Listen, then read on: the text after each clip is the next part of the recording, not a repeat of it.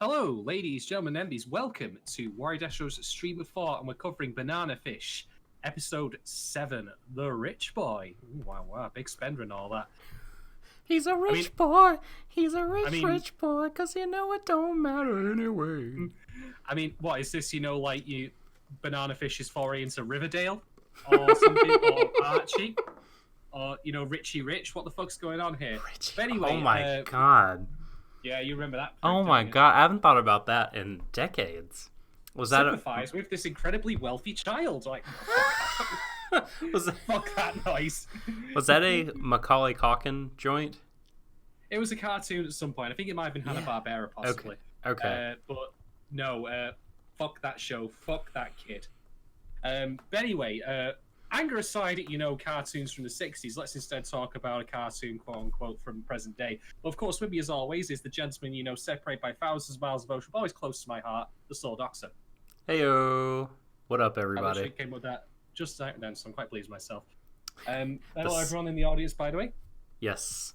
7-episode itch.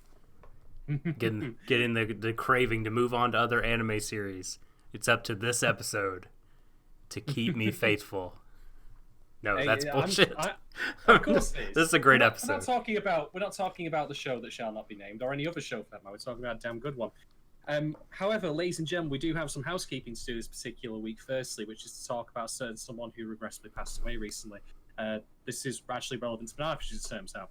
So I have the tweet in front of me, and I apologize for mispronouncing his name, but I believe it was Unsho Ishisuka. I'm absolutely terrible with names. I do apologize for that. You might not know the name, but you very likely do know the person. Yeah. Ishizuka-san voiced a number of incredible roles throughout the years. He voiced Jet Black on Cowboy Bebop, Hercule Satan. He's also voiced Joseph Joestar and Ryotaro Dojima in, I believe it was at the very least the first Persona 4 anime. I'm not sure if he did the golden one, but he has at least one incarnation. Amongst a number of other roles as well, ones I'm admittedly not familiar with. Oh, and on top of that, Professor fucking Oak. Jesus Christ. I mean, we lost we lost a pretty iconic guy. What an absolute talent. Yeah. The reason this is relevant to Banana Fish, as it turns out, is because Ishizuka-san also voiced Dino. Not something I recognized, but I didn't even realize that he was the guy who did both Joseph Joestar and Ryotaro Dojima. But yeah, that's happened. He's sadly passed away. So, I mean, that's Dragon Ball's been hit hard this year. Like, that's too. Was it Bulma's voice actress? It was. Previously, yeah. Oh, he was Hohenheim in Full Metal Alchemist as well, according to chat. Thank you, Bell. Absolute talent. Yeah, but I mean, Bulma and Mr. Satan, like, I mean, I know those characters are not sort of who you think of when you think of Dragon Ball, at least to most people. They think of the combatants, the Saiyajins, maybe Piccolo even, or some of the humans like Krillin. But, I think in a lot of ways, kind of a little bit of the glue and the heart of what kept Dragon Ball ticking over and held it together and made it more than just a show about like dudes punching other dudes. It's that's what happens a lot, but like it had soul, it had character, and those two characters played by those two really brought that out in the show. They were a huge part of it for me. Yeah. And I don't know what I'm gonna do when Masaku Nozawa, she's over 80, and she is the voice of Goku, Gohan, Goten, Bardock, Goku Black. like every Goku iteration, and the male child in the Sun family is voiced by her, and like that's gonna be really hard to take. But yeah, it sucks. I don't know how it's gonna impact Banana Fish, because I haven't read anything about like who will be stepping in for him in his ongoing roles. For sure. But from us here at Warui Deshou, we'll say rest in peace, Izuku-san. I mean, speaking for myself, like, how can you possibly not like or forget his performance as Joseph Joestar? I mean, he was so good. He was so good in that role. I mean, let me just throw this out there, right? I don't expect this to happen, but if ever they did, say, a reversioned like Stardust Crusaders in, say, like 20 years' time, I absolutely pity anyone who would have to play Joseph Joestar to try and follow up that. Man. I mean, it's like the way that he did Oh My God, which I'm not even going to try and do myself because it would just be a pale imitation. But the way he did that, like, that's like, Kirk doing the Khan cry in Khan. You can't imitate that. It's impossible. It's done. Yeah. It's all-time done. There is nothing you can have but the original. And beyond that, he just did the role fantastically. And all the other roles he's done as well. So, well, to you, Izuku-san. Rest in peace, my friend. Rest in peace. All right, housekeeping done. Let's actually talk about the episode itself. Do we have anything we want to talk about specifically regarding the polls firstly, though, we had? I believe we had an amazing result, actually, on one of them. This is me being a bad producer and not being ready for the Twitter poll. So I'm cackling because I know the results of one of the questions that you actually raised a massive eyebrow out previously. I already know it's massively in my favor. Boy. That's great. All right. So I'm scrolling to the polls. I have found the polls from last week, episode 6. I want you to say this, then. I want you to say this.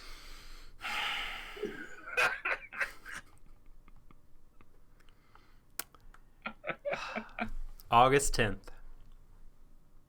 Yes. At Warui Deshou. Poll. Yes. Yes.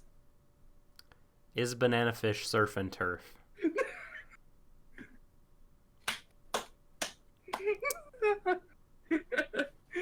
Go on, say it. Say it, Doc. 65% voted yes.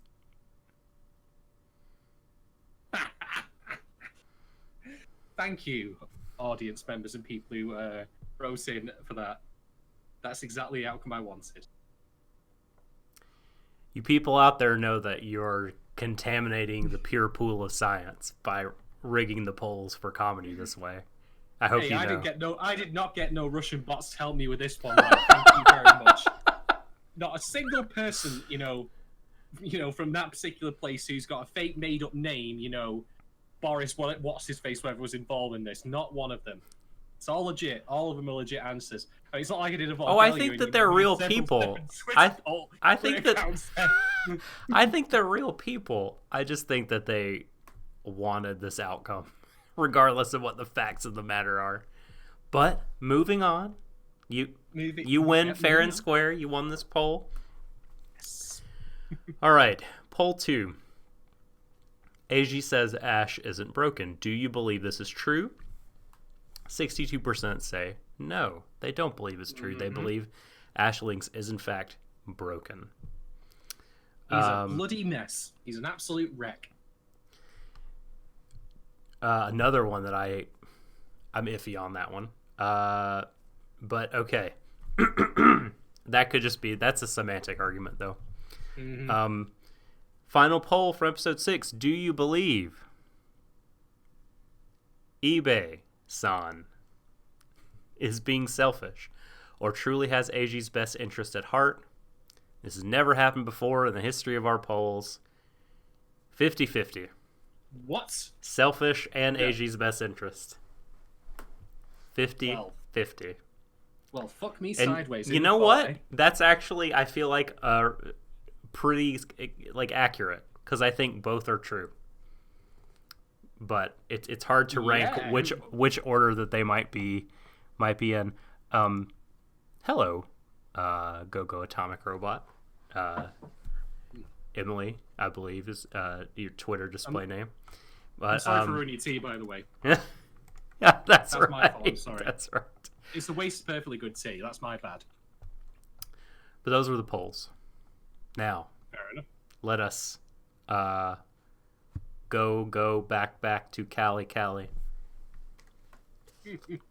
All right. So, having been lost in the woods inexplicably, despite this, being updated for, modern era, where they do have, smartphones with Google Maps, which we indeed see latest episode. How the fuck that happened, I don't know. Yes, the guys are now actually in California and driving there. And this opening bit, prior to when they arrive at Max's wife's house, I literally thought was the opening seconds of a music video. Think of it like the California equivalent of Will Smith's Miami. Yeah. That's literally what I thought it was going to be like. Yes.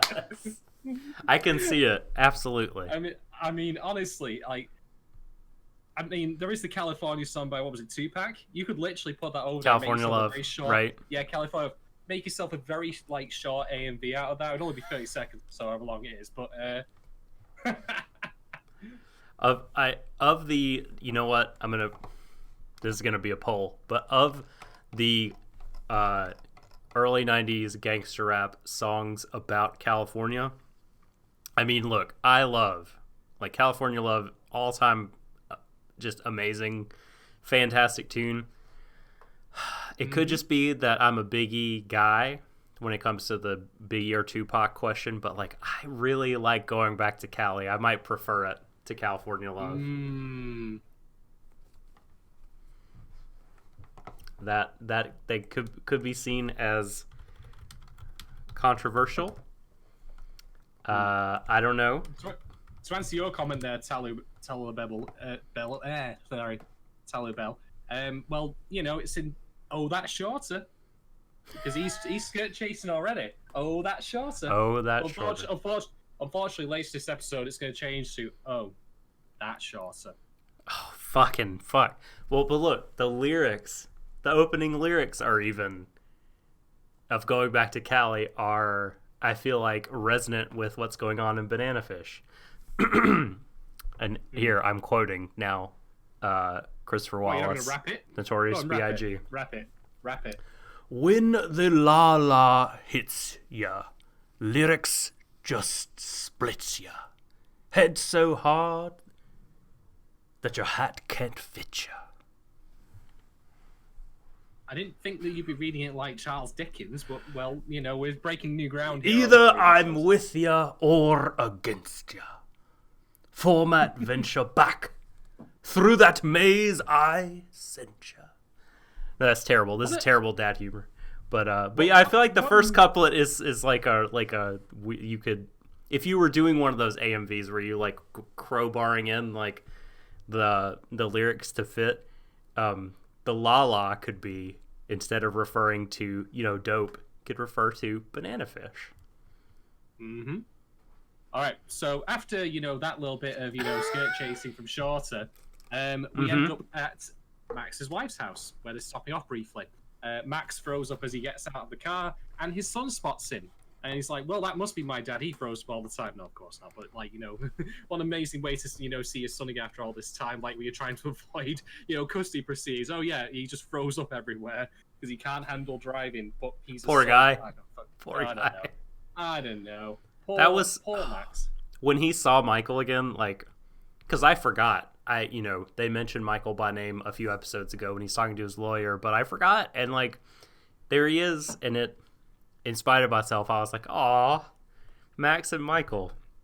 I'm honestly surprised that they actually, even featured Michael and Jessica all night. I'm not saying it's a bad thing that they did. I know what you're going to say, yeah. I was going to say, well, if it turned out they never actually appeared in the show proper, I'd be like, okay, fair enough. But anyway, yes, they do arrive there, and, well... It turns out that, for all that Max is supposedly a hard ass, his missus is a cut above, because she just comes out, rifle in hand, and, well, fucking hell, Max. She's, what do I even say? Get off my lawn? Yeah. Are we going Gran Torino on this? Is that what this is going to happen? Is this where this is going? She heard that he went underground and he's not reporting to his parole officer or whatever. And she's like, nope, fuck this. And listen, that is what you should do as well. I mean, she has every right to be like, is he gonna kidnap my boy? Like, why is he off the grid? Like, what the fuck? Like, yes. And thank goodness that, was it eBay that saved the day in this? Yeah, thank goodness he was there for once. I never thought of me saying thank goodness for eBay, but thank goodness for eBay in this case. Yeah, she's gonna have given him a max lobotomy with that rifle. But yeah, they go inside and they have lunch and they discuss a couple of things. This is more of a comedic scene to kind of like lighten the mood a little bit, because lest you forget, we're kind of just coming back from, finding out that Ash's dad was like, oh yeah, son, you can totally be a whore as long as you get paid for it. It's fine, don't worry about it, don't tell anyone, it's cool. It's okay. Yeah, great. Dad of the year mug, in his hand. Dad of the year. No, definitely not. Hey, so, I'm with you. I'm with you, Belle. Like, Jessica can step on me anytime. Yep. Shoot me through the heart. Max has excellent taste, I will say this. But anyway, so they have a discussion in which, they're making small talk about, like, various things like, oh, look, Ash and AG are hot. Like, maybe we'll get a magazine now. Mom of the year, right? Going from a piece of garbage, like you said, to a good mama who, I guess, has a job publishing magazines that people would feel are of questionable taste. The descriptions are quite something. That they are. So I'm just going to throw out there as a minor point, by the way, I absolutely love the framing in some of these shots. Like, for example, Ash starts taking the piss out of her.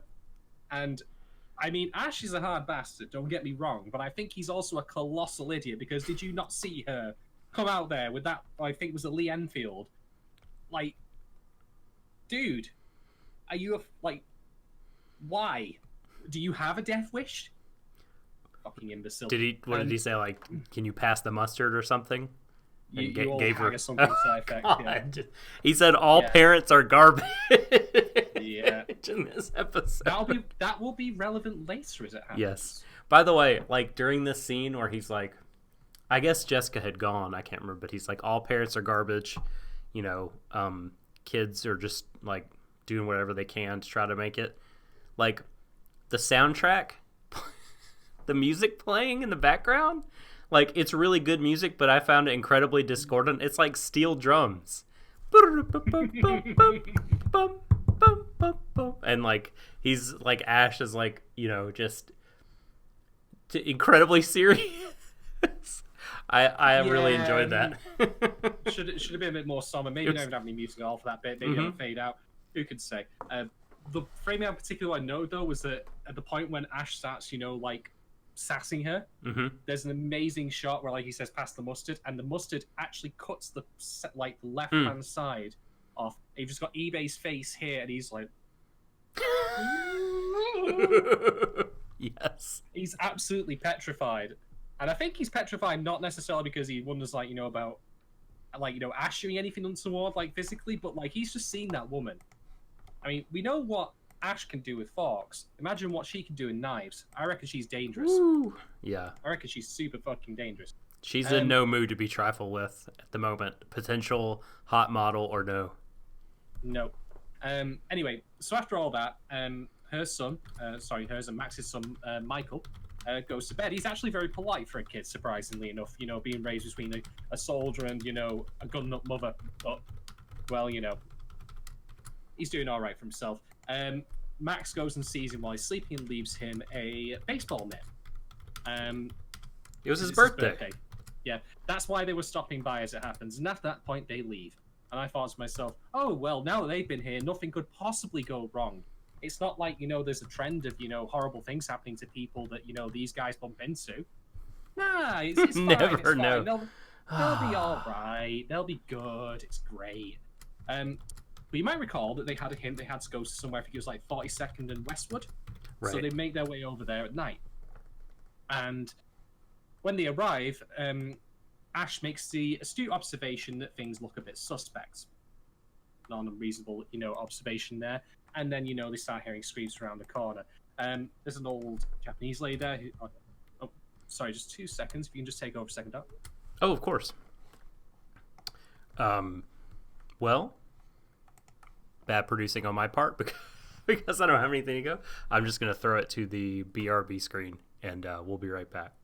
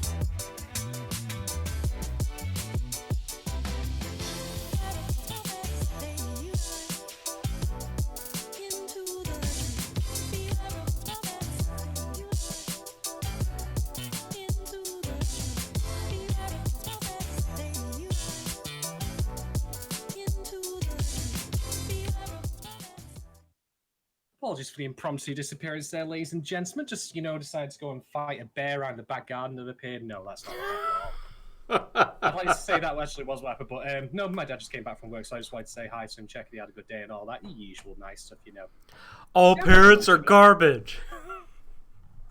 Dad, this is what we're talking about in here. Oh, God. Would have to be relevant, wouldn't it, to the topic of conversation. But anyway, so a couple of goons are trying to kidnap some guy or girl, as they initially misunderstand, from the back of this house.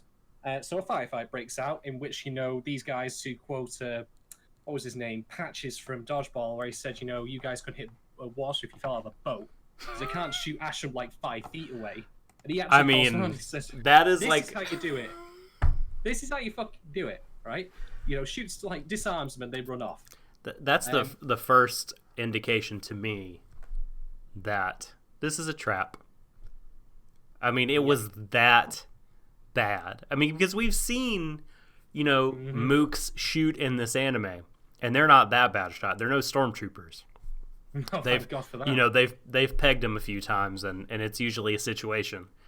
But yeah, this right away tipped me off to like, this seems a little too easy. Mm-hmm. Yep, absolutely. So, they meet with the girl. It turns out to be a guy. Yes. Have a word from him in the bed. This is Look Young, I believe. It is. If you might be thinking to yourself, wait a minute, where have I seen this person before? Cast your mind back to the OP and keep that in the back of your head for the events that follow later, because that's been the hint that we've been having about it. So he's called his fake name is Alexis. They're looking for Abraham, and there's this fabricated. It turns out to be a fabricated story about him being, the adopted son and all of that sort of thing. Which, again, I think if you pay attention, like, to this story and then a later conversation, like, even then you see holes in the story, and it's not that difficult to be like, okay, something is amiss here. Yeah. He says his father's been missing for 6 months. So try calling the cops, got nothing out of it. We have a brief intermission in which we cut over to Dino talking to the scientist dude, whatever his name was. I can't remember. It skipped my brain right now. I can't remember either. It's his house, isn't it? The dude is going to get murdered. No, he's at Dino's place, I think. Well, I mean, Dino says they made it to your house? Oh, yeah, I was going to get that. But okay. Yeah, sorry. And they said they need him to complete it. What it is, I don't know, because Banana Fish is supposedly already made. Is this a weapon to surpass Metal Gear? I ain't got a fucking clue. I'm gonna just say again that I'm always kind of a little frustrated about stuff like this, where they start going, ooh, it's weird things and terms and stuff like, and it's mysterious and like mystery MacGuffins. The actual main characters like aren't here. You can give us a bit more than just it. Like, is it Stephen King's It? Is it fucking Pennywise? Are they gonna send Pennywise after him? The fuck's if I know. But anyway, so after this, we go back, and Ash has actually found a library and also a computer where the place has been turned over. Computer's not been touched, though, surprisingly enough.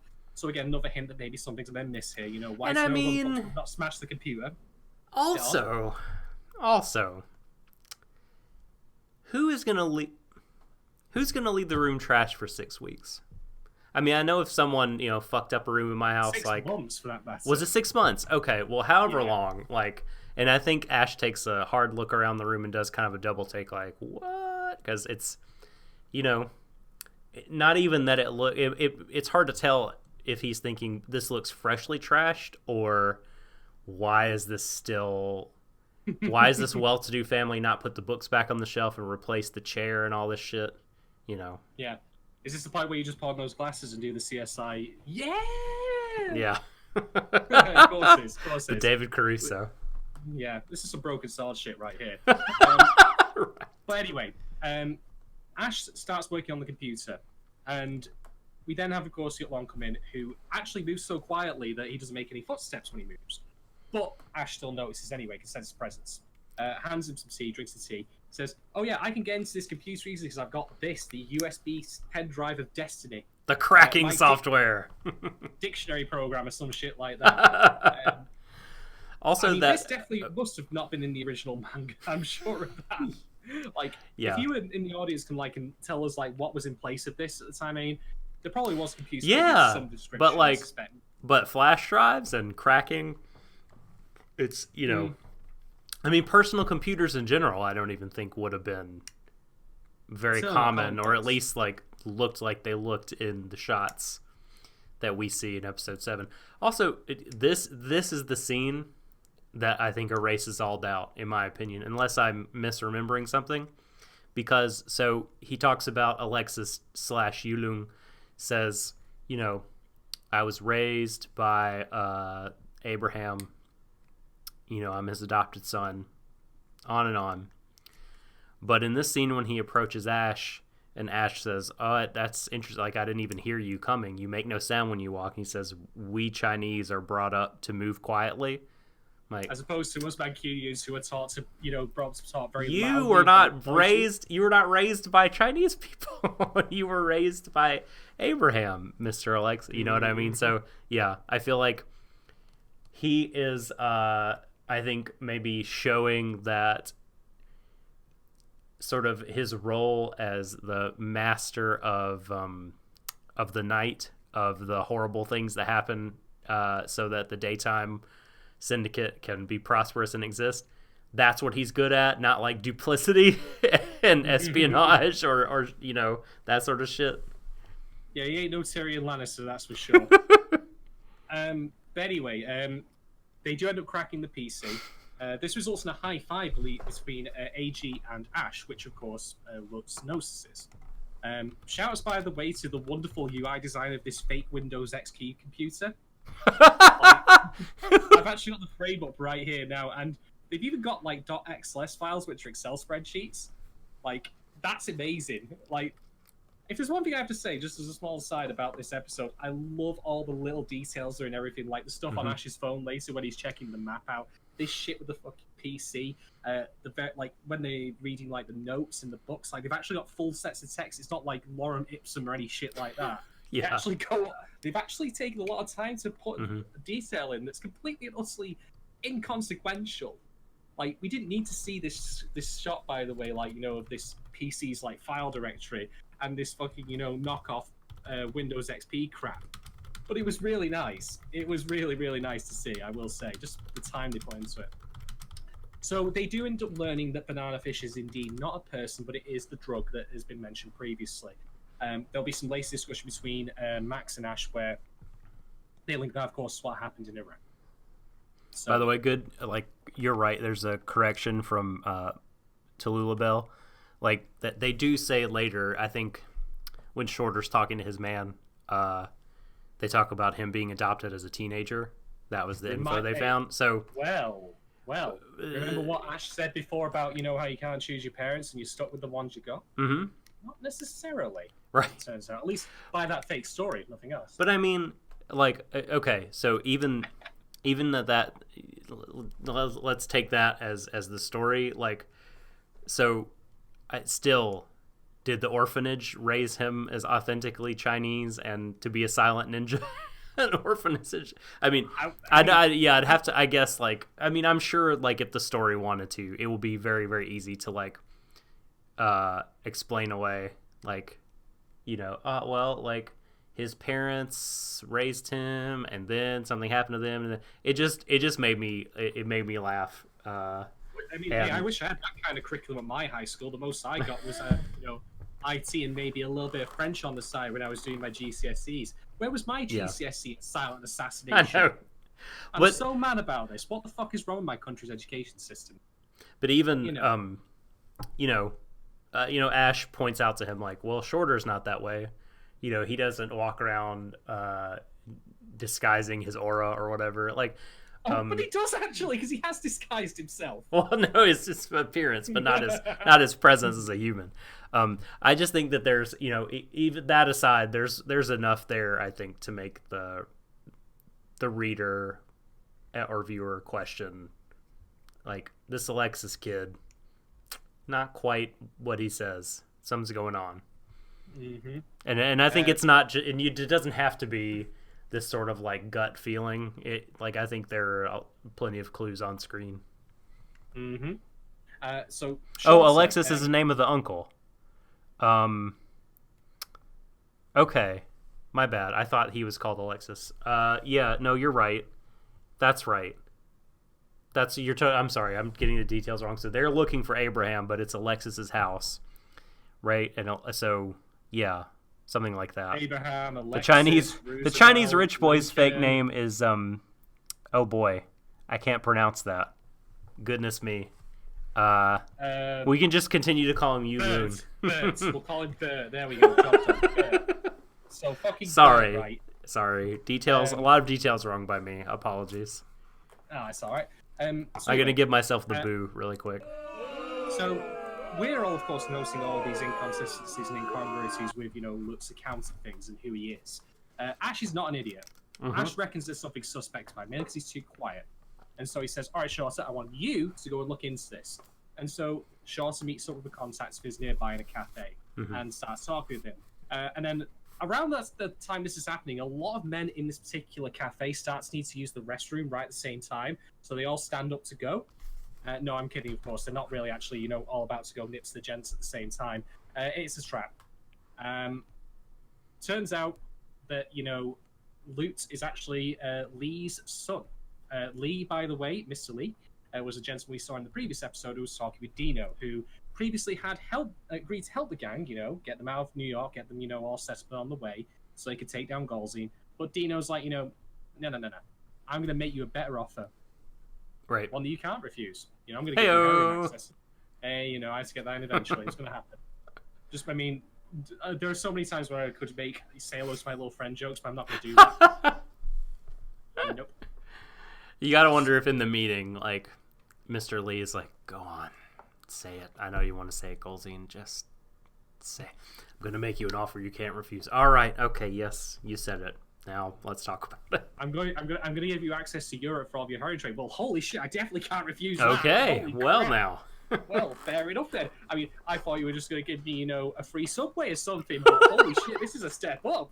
Here's my coupon card. It's totally full. One free 6-inch.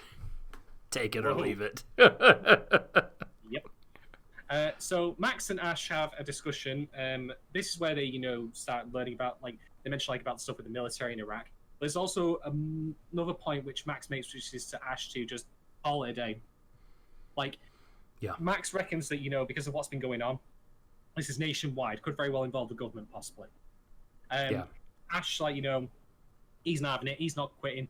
And Max says, no, I'll stop you if after. I'm like, oh, God, guys, are we at this again? I know, I know I know the relationship stuff is meant to be between Ash and Eiji, but at this point, if you want to tell me that, like, you know, maybe Max and Ash had a thing going for each other because of their sparring, I'd say that there's evidence. Not that that's going to be true, of course, but I'm just saying, like, you know, guys, just give it up, guys. Come on. Anyway, so Shorter, you know, he is, you know, pressed to, you know, start spying on Ash specifically. His family is threatened. Yeah. Yeah, his family's threatened. Okay, so point of clarification question. Yulun is the son of the Lee that is in California or the Lee that is in New York? I thought it was the California. He is a the West Coast family Lee. relation of some description. That's the best I've got. But the bi-coastal Lee family.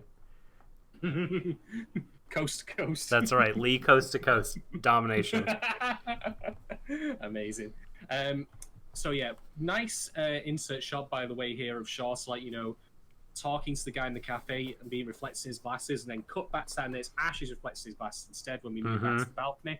Like, some really nice cool transitions. There's a lot of great little bits in here that, like I've said before in previous episodes, that Banana Fish has a lot of sporadic but very welcome directorial flourishes, and this is definitely one of them. Certainly a lot of like nice bits in here.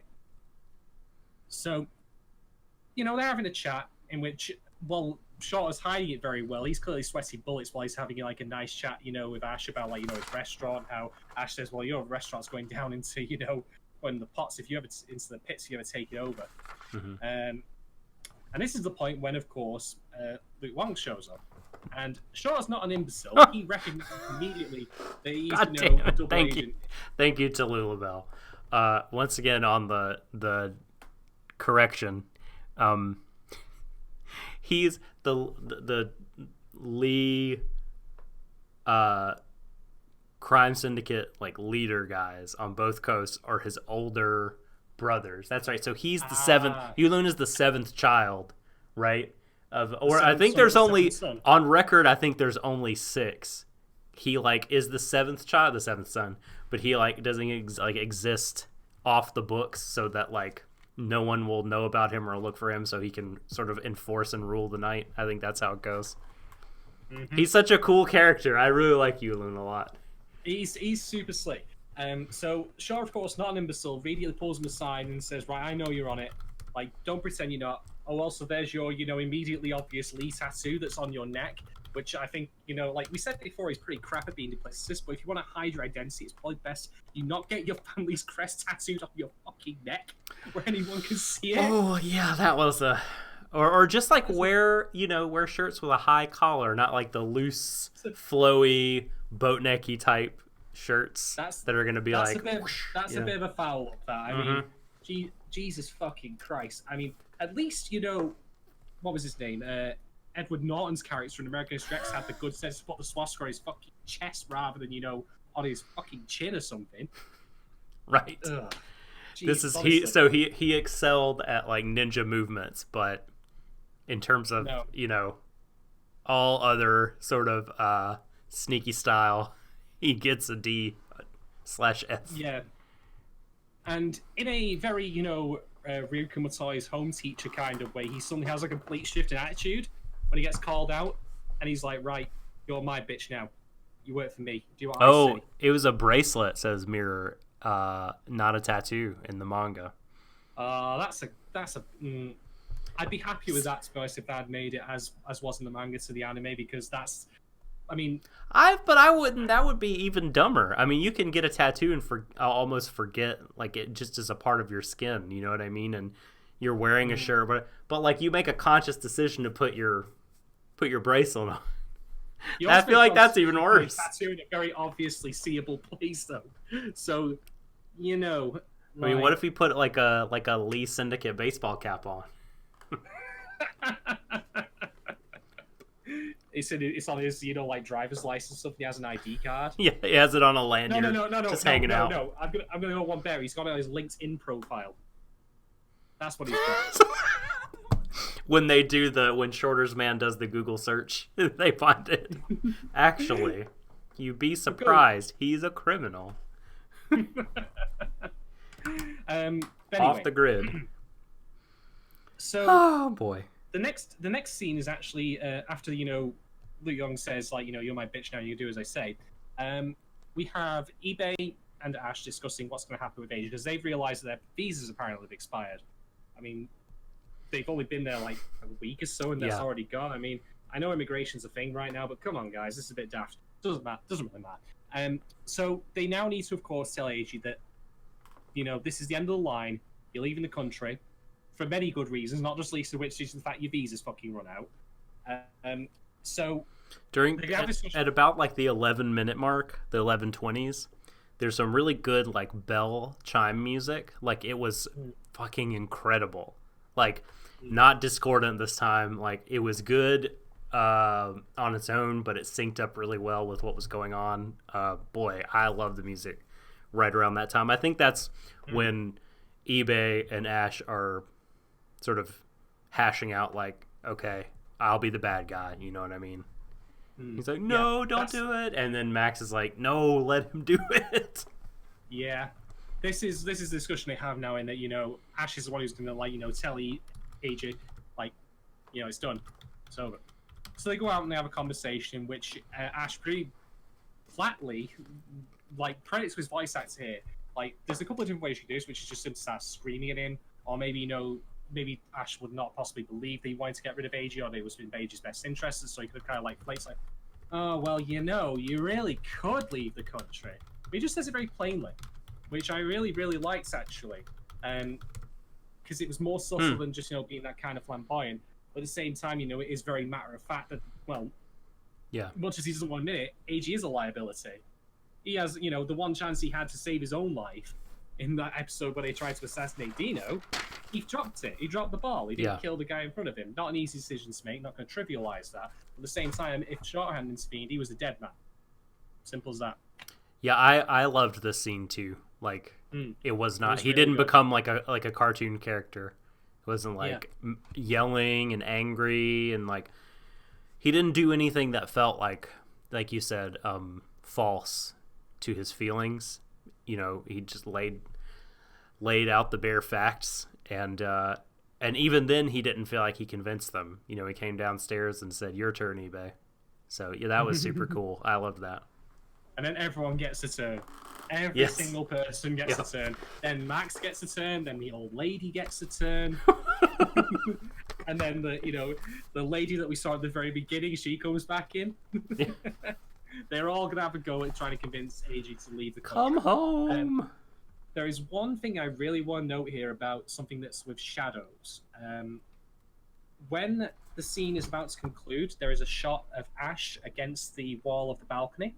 Just him. AG's out of shot. But the shadows, you can see both his and AG's shadow in frame as he's talking. I really fucking love this little touch here because ideally, Ash would want AG to stay. And that's the shadow is the possibility of that. Like, this is where it could be, like, that they would be together. But it's not. It's a fleeting thing that will disappear when the sun goes down because, funnily enough, it is sunset. Yeah. They have a lot of... was magnificent. Yeah. I loved it. Fucking loved it. So good. They have a lot of talks during sunset. Well, it's the Michael Bay effect. Just needs more lens flares. I think there's a part where they're overlooking his hometown, like the fields in the sunset. There's the scene where I feel like maybe this one was Max and Ash, but when Ash is crying a little bit, thinking about his hometown, they're gonna go there from New York. I think the sun is setting there, if I recall correctly. So there's a lot of important discussions that happen at sunset. Not least of which is, of course, this relevant to what we learn about Yurt Long in a bit as well, particularly with the name that was given to him. Not Yurt Long, but something else, a title more, I would say. AG, by the way, says, I need to work out my feelings. So I think this is possibly the closest we're getting now to an actual outright statement, like he has feelings for Ash. Mm-hmm. Feelings may not necessarily be towards Ash, but it's more a broad term, perhaps, maybe. But things are certainly progressing for them both. So, Luther's right, actually. Yeah, I would be I would be okay if it was like an airplane style skit. Anything that includes more airplane related stuff is good by me. I'm totally down with that. I mean, if Leslie Nielsen just came in through the door and said, "Just want to wish you all good luck," like, you know, before they left the house, that would be amazing. That would be fucking brilliant. So eBay starts talking to AG and says, like, you know, we gotta go. And AG starts crying because he still needs to size things. Doesn't really know what to think about the whole situation. God, that scene was great. That was so good because, like, if we leave now, what was it even? Like, why did I even come here? Because if we leave now, I haven't accomplished anything. I haven't seen anything through. Yeah, I mean, it ties back into, of course, what it was revealed about AG's past. All right, you know, hang on, just a moment. We have to take a quick break. Ooh, do.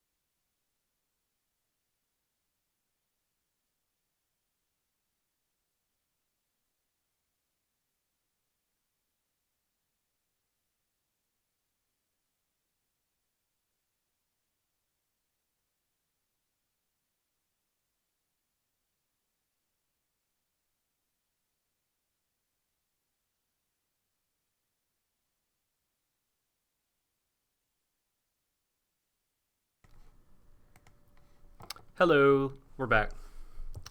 He's back. He's also has a fight to bear as well.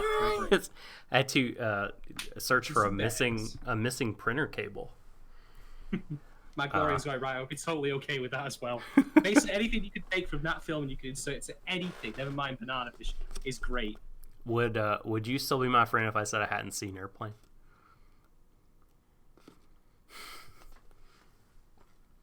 Just a hypothetical. I'm not saying whether I have or I haven't.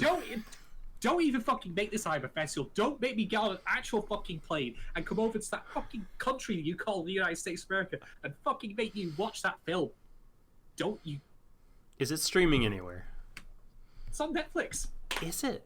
Well, Netflix UK. Fuck. You haven't seen it, have you? You have not seen it. I can neither confirm nor deny. Don't you bullshit. absolute fucking bullshitter. Jesus fucking Christ. I mean, Pinocchio had a fucking long nose, but yours is going to come across the fucking state line in a minute, you flying bastard. Oh my god, I've never been so triggered. Never been so fucking triggered. Jesus Christ. Alright, anyway, let's move on. So, last time when we were discussing it... It is not on Netflix. Not on Netflix US. Oh, it's his. The closest thing is PBS's City in the Sky. It explores the magnitude and scale of modern air travel. Spy Hard with Leslie Nielsen. Ice Pilots. Don't know what that is. None of these are airplanes, so I don't care. The third most relevant return search from Airplane is where's the money? Mirror has a good point, by the way, Doc. You need to make that into a Twitter poll. What's that? Would you be friends with someone who has the airplane? Do it. Yep. Do it. And doing it now. Doing it now. It's going up on the. So while Doc is preparing to get himself destroyed by a Twitter poll in which it'll be unanimous no vote, what is happening next is that Ash immediately hits the booze after having had that conversation with AJ. Max is there with him, and they have more of a heart-to-heart here about what's going to happen next. Kind of a repeat of the previous conversation, although Max says, I am going to go with you and help you. However, I'm going to give all the data that we found to the New York Tribune. That's not for debate. But as far as doing the rest of the journey goes and dealing with Dino, I'm in for the long haul. A problem that will unfortunately come back to bite him later, as it turns out. Oops.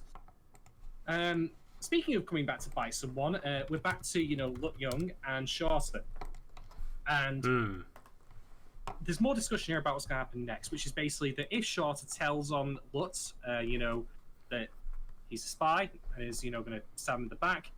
His sister's dead. Simple as that. I mean, we've already seen what happens to people in this show who, go against the mobsters. Like, no one's safe. No one is safe. In fact, we'll even learn that there's literally no one that's safe later on. Like, holy crap. I kind of had to, take a breather at the ending moments of this episode, so I thought, all right, okay, that's happened with Shasta, so let's see how this... Oh, jeez. Fuck. Oh, darn. Anyway, we're not there yet. So, Shaw, however, isn't really taking this lying down. He actually pins Lutz to the bed and is about to stab him. This scene was kind of erotic, by the way. It had that air about it. Yeah, because Yulun was a little bit swept off his feet.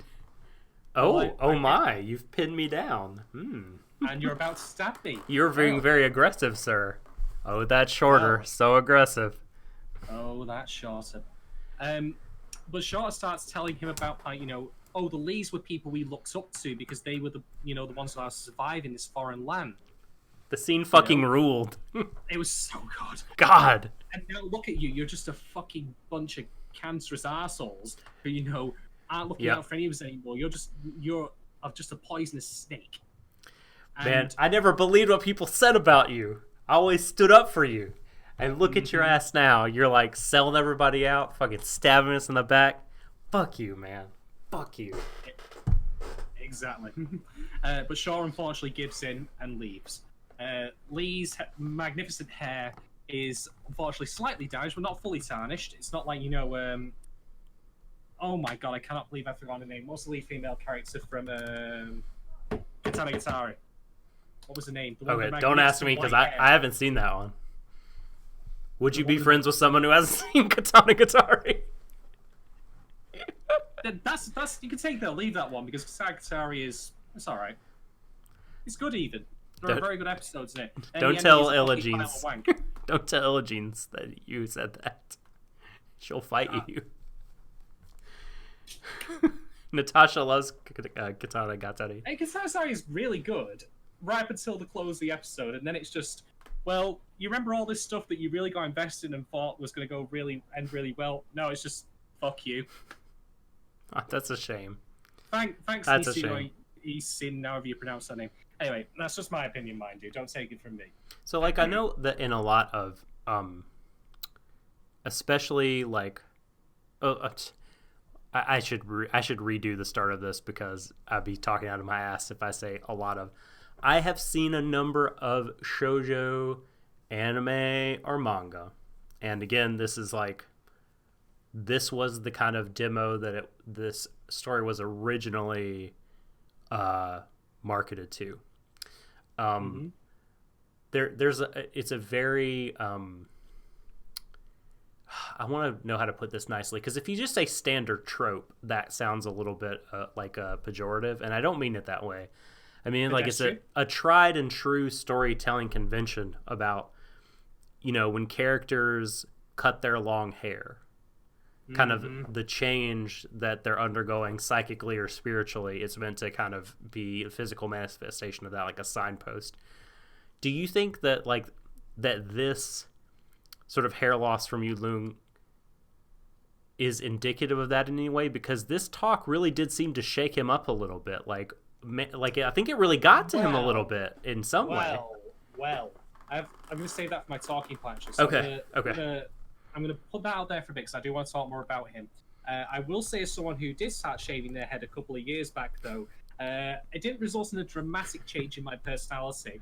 It did make me look more like a white supremacist than I'd be otherwise happy with, but the alternative was another top mumming for a head. So, quid pro quo. I guess that you're not a literary character then, sadly. No, I'm afraid not. I am not fictional, I'm afraid, folks. I am a very, very real person. Sorry. Facts don't care about your feelings. But I do care about yours. Thank you. And yours.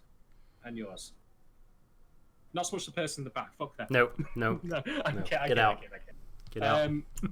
Okay, so after that conversation concludes, it's not quite over, though. I mean, I felt like at that point, like, we'd climaxed, quote-unquote, wink-wink with the episode. Sorry, that's the worst possible... That's the worst possible word I could have used following that kind of scene. Yeah, exactly. But no, we go back to Jessica and, of course, Michael.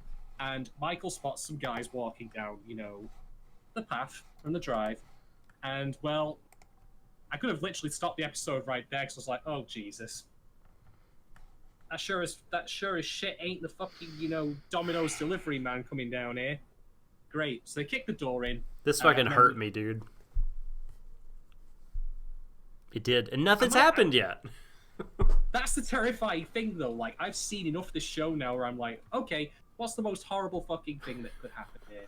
Oh, great. Marvelous. And yeah.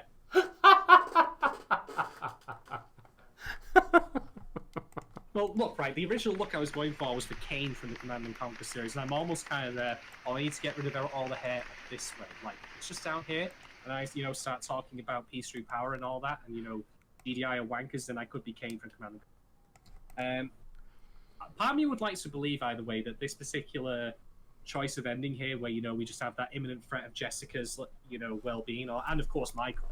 I mean, no one's safe in this. Doesn't matter how old you are, or what gender you are, what you look like, what your ethnicity is, doesn't matter. Marfish doesn't care. Everything's fair game. But the point I was going to make was that it feels to me like this would be the natural endpoint for one of the volumes of the manga. Because I'm admittedly not familiar with the release schedule of the manga when it was originally coming out back in the 80s, but I would imagine it was probably serialized maybe... I was going to say Shonen Jump, but that's probably unlikely. I'd actually given the content. I would say probably a different magazine or serialized publication entirely. But nonetheless, it will have been serialized in some form, so it makes sense for there to be some kind of, cliffhanger kind of. Mm-hmm. I mean, after all, this is why JoJo's, you might have watched it on TV and thought to yourself, wait a minute, why so many two-parters where they're always suddenly in dire straits at the end of it, like it's the fucking Adam West Batman series? No! No. Oh, great. Luther! Great. Why? Fantastic. Thanks, Luther. So you mean to tell me there's stuff worse than all the various horrible things that we've seen so far? Boy. Is there any alcohol left in this? No. Shit. That's... Fuck. Oh, it's been a lot. But I guess it could still be more. Indeed. Otherwise, that's the episode. That's a rich boy. Fuck. You can rely on the old man's money. Now, I will say this, though, right, actually, regards to, worrying about Jessica. We've seen her. If the next episode opened and we got a phone call, to Max, and he's like, Jessica, are you okay? She's like, yeah, I'm fine. They're all fucking dead. Killed a lot of them. Yeah. Oh, actually, no. No. It'd be like if you've ever played The Last of Us, right? There's that interrogation scene in which Joel has got two, like one guy against the chair, one guy against the radiator. He's like, Margot's fucking. Like, that would be that would be the thing I would imagine Jessica doing. She strikes me as being, hard as nails. Mm-hmm. Like, she would probably kick the ever-living shit out of all three of them. I would buy that. So we'll see what happens. Both barrels, pow, pow. To all suited men walking through her door. All Yakuza. Imagine if Max gets back and's like, Jessica, you alright? And then a guy just flies out of the front window. That would be it would be perfect. So I'd love it. It's like, yeah, she's fine. She's got this. But like, I think it actually serves to underscore how terrible and terrifying it is when a fucking firecracker like Jessica.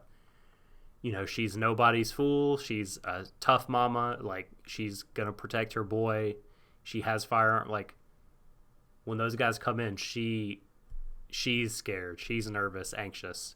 She grabs her son. She's not naive. And hold him close because shit is about to go down. Like, it just makes it so much more traumatic. I feel like that even this person, this tough character, is like reduced in this way.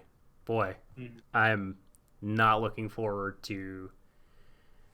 I hope they both make it out. I fucking really, really. It must be said, like, it's one of those things like where a show could be something that you don't look forward to see what happens next, but you do because it's good. Mm-hmm. Yeah. Like, this is like Breaking Bad kind of feeling, when you go from episode to episode. Yeah. And you're like, oh god, what awful shit could possibly happen next? Mm-hmm. But you want to know because you're genuinely interested in what's going on. Mm-hmm. All right. So that's that. Let's do talking points. All right. Go first? Talking points. I will. I will go first. So my first talking point was the scene we actually didn't touch on that I found incredibly interesting. So we spent a lot of time getting the factual details right, or discussing implications of what it meant that Yulung was able to sneak up behind. Well, he didn't sneak up on him. He just had a presenceless approach. And Eiji said, Eiji sensed him, like sensed the lack of presence on his part, like that blank space, and turned around, got freaked out. There was another scene, I think Max approached him from behind, and similarly, it scared the shit out of him. Like, he was up and turned around and said, like, I don't like people approaching me from behind. But there is a part where Eiji comes into the room after Ash has been hacking and just comes up behind Ash, approaches loudly, no talking to him, no trying to mask his presence. Not no talking to him. He comes up and he is talking to him. He's not trying to hide his presence. He's like, hey, what's up? Have you found anything? He leans over his shoulder. Mm-hmm. And they give each other like a really a nice high five handshake that there's a little bit of a lingering hold there. And Yulung looks on it, and certainly, he's thinking, well, I can use this against Ash. I can use this connection that I see the non-verbal body language evidence of against him. But something about it also, like, am I alone in detecting a little trace of envy in his glance at Eiji? You're not. Okay. You're absolutely not. I'm going to get into this a bit when it gets a little young, but you're absolutely right, though. Like, I'm going to just say, like, about Ash and Eiji at the moment, one of the nagging little feelings I had about this episode was I felt that people have said that there's a lot of volumes to Banana Fish, and it's going to need to condense stuff.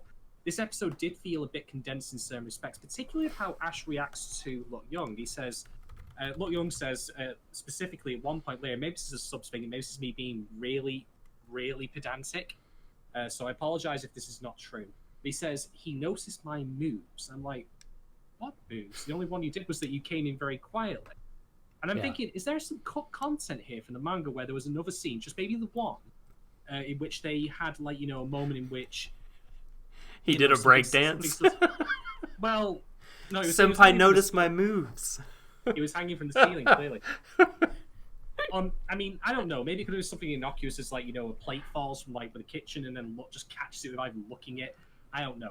But it felt to me like that a lot of it felt a bit condensed. And when it comes to Ash and AJ, like that, that relationship is progressing a little bit. But that actual intimate handshake that was there, like, you know, where they held hands for a bit long after, I was like, are we jumping a couple of steps here? Are we playing snakes and ladders and going up, you know? This is not snakes and ladders. This is not me being like critical of the episode on the right. I think it's still fine. I just got the impression that this felt a bit compacted relative to its original format. I imagine, for example, like, you know, like we had that 30-second scene of the California intro where they saw that lady with the who wears shorts lady. Yes. Jesus Christ. I mean, sometimes, you know, animation is all about the imagination, you know, and leading things up to, you know, the viewers. There was nothing to the imagination on there. Nope. I mean, welcome to Cali. We had two trucks. One of them was the van, and one of them was that lady. They certainly weren't hiding either of them. Anyway, that particular scene, like, I get the impression that in the manga that might have been a bit longer as well, rather than just being the equivalent of a 30-second insert where they arrive and just, like, that was the one defining feature of California, apparently. Like, not like, you know, surfers or anything like that. Hot ladies. So I get the feeling there might be more. That's just me, though, mind you. I could be completely off base on all. Yeah, but so there's that aspect to it. The sort of the hint of envy that is there. But just the whole thing of, you know, someone approaching Ash from behind, and because Ash feels that it's Eiji, he lets down all those very tense, you know, tightly coiled kind of barriers, boundaries, guards, and lets him in, lets him approach. Even just this kind of this level of intimacy, which, I mean, wouldn't even think of, typically talk about something like this as intimate. Like, I walked up to you and gave you 5, or approached you from behind to talk to you while you were sitting in the office chair. But for Ash, it is, because, man, he's built up all these walls. You know, it's like he told Eiji, like, you know, this really sucks that you have to go back because you're the only person that ever did something for me without expecting anything in return. Yeah, exactly. So even though it's like several layers removed from what, you know, you normally think of as romantic or intimate, like, that scene was incredibly sweet to me, and I really dug it. You're right. I did neglect to mention that, which just makes me feel kind of bad, but well, shit. Anyway, no, you're entirely right. Like, and the funny thing is, like, let's recognize that is his, you know, weak spot, and he can put pressure on that. So we'll see how that goes. We've already seen, you know, Eiji get, you know, manhandled by Arthur once. So who's to say what's going to happen against him? I mean, at this point, like, you know, all the family members, the sister, Jessica, Eiji, you named it, they're all places in which pressure is being applied by the bad guys. They're not leaving anything to chance. They're going in from all angles. So, all right, talking point for me. Let's talk about Blood Young. Now, the title that he has is that he is the Moon, essentially. What was his full title? I don't think it wasn't just the Moon. He's the dragon. Moon Dragon? Yeah. He's the dark side of the moon, something like that. Oh, so it's the Pink Floyd fan. He is the Pink Floyd. Yes. The best Pink Floyd album. Fair enough. Well, funny that we should mention the moon, because here's the thing. Dragon under the moon, like, you know, something like that. Sorry. We mentioned before, like, you know, about how Lot seemed envious of that particular, you know, scene between Ash and Eiji. And then, of course, we see what seems to be reticence from him, or, you know, self-doubt in the scene between him and Shaw, particularly after Shaw has left. So maybe this is incredibly obvious symbolism here, but the moon, of course, as you've rightly pointed out, does have a dark side to it and a light side, depending on, how much light is shining on it at a particular time. So part of me wonders to myself, if this has already been laying the groundwork for a possible heel turn later from them. It's clear it's clear that there is indeed, some resistance part. There was mention, for example, of him looking like a girl at the start when the guys, thought that was the case. Mm-hmm. Possibly that might play into it. I don't know. There may be something in that. Ash also mentioned, of course, about parents being shitty. So bear in mind that we've had a number of, the family thing is constant throughout this episode. We, of course, have Jessica and Michael, and what's happening. Michael's, fairly okay for a kid, actually. We don't get much of an impression, of course, but he's fine. And of course, what's happened to his parents is crappy and terrible, but sometimes that has to happen. And then, of course, we have the fact there's mention of brothers and the warring, bloodshed inside the actual, family organization. So I'm already really interested to see what they do with Luck going forward in terms of, this duality. Because we've already seen a dual-sided nature up to him already. How he presents himself to the group, as, mild-mannered, oh, well, I'll just serve you some jasmine tea, I'm nice, don't mind me. I'm just in the background. I'm nobody. Just a wilting flower. Versus, of course, the alternative, which is right. You work for me now. Simple as that. So I am the one who knocks, etc. Exactly. So cool. But there's also, of course, mythological elements to the moon as well. The people show their true nature when the moon comes out. Werewolves, lycanthropy, etc. Oh. I'm not saying, of course, he is going to start doing that. that would be funny for Banana Fish, but that's not what's going to happen. He's going to become a great basketball player. But in addition as well, the moon only also, of course, comes out or is revealed when it's reflected by sunlight. Moonlight is nothing more than a reflection from the moon of sunlight itself. So, picture this, if you will, as a metaphor, but what is the source of sunlight in here that's suddenly causing Luck to come out? Ashinaji, perhaps? How many different sides to him are there?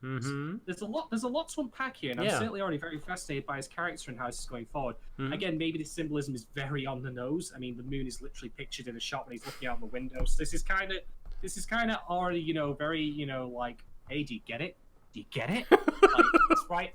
It's right there in front of your face. My first metaphor. I'm still really intrigued by it. And one other thing I want to very quickly mention here is... God damn it. Disruptive. The chat getting disruptive. I like it. Nothing wrong with that. No, not at all. Please keep it up. I fucking knew the Lees were werewolves. God fucking damn it. Oh, man. But one other thing I want to very quickly mention, and this is not a criticism, but this is just something that I'd be very interested to see if it did happen. So, obviously, Shorter's, Oh, is this a topic change? It can be, actually. I'll save it. Okay, well, if you're gonna... So, I was gonna... Before you move on from Yulung, I thought sort of how he explains his role was really, really cool. The sense I got was that the idea is that in order for the syndicate to prosper and to grow and exist as a power during the day, right? Or or metaphorically, to people that see it, right? To how it's seen by other people. Unseen things have to happen. Bad shit has to go down in the night. Skullduggery. Yes. One of my favorite words. I don't get skullduggery. Shenanigans. Ballyhoo. Shenanigans. That all has to. Riffraff. Donnybrook, etc., etc. Things have to occur unseen. Blood has to be spilled in the night to support the syndicate during the day, and this is just an interesting, broader philosophical point, I guess, because unrelated to Banana Fish, a few weeks ago, I was reading the early portions of A People's History of the United States, and the United States as a nation is an entity that, from the mid 20th century on, like post World War II, is kind of seen by the world as like one of the good guys, right? A power for good, a positive force on the world stage. But a whole lot of awful, terrible, maniacal, horrible shit happened at the founding of this country. Yep. And so, like, I guess, is this just the nature of organizations / nations / functioning units? Like, what am I trying to say? Are all these kinds of things founded on this original sin of bloodshed? Does there always have to be awful shit that happens? Does Walter White always have to be dealing drugs in the night for his son to go to college and become a successful doctor or whatever? Like, for his own fucking health bills. Yeah, right. I mean, yes, in that show, because the American healthcare system is, no disrespect to yourself, but in your country, it's shit. It's bad. Absolute shite.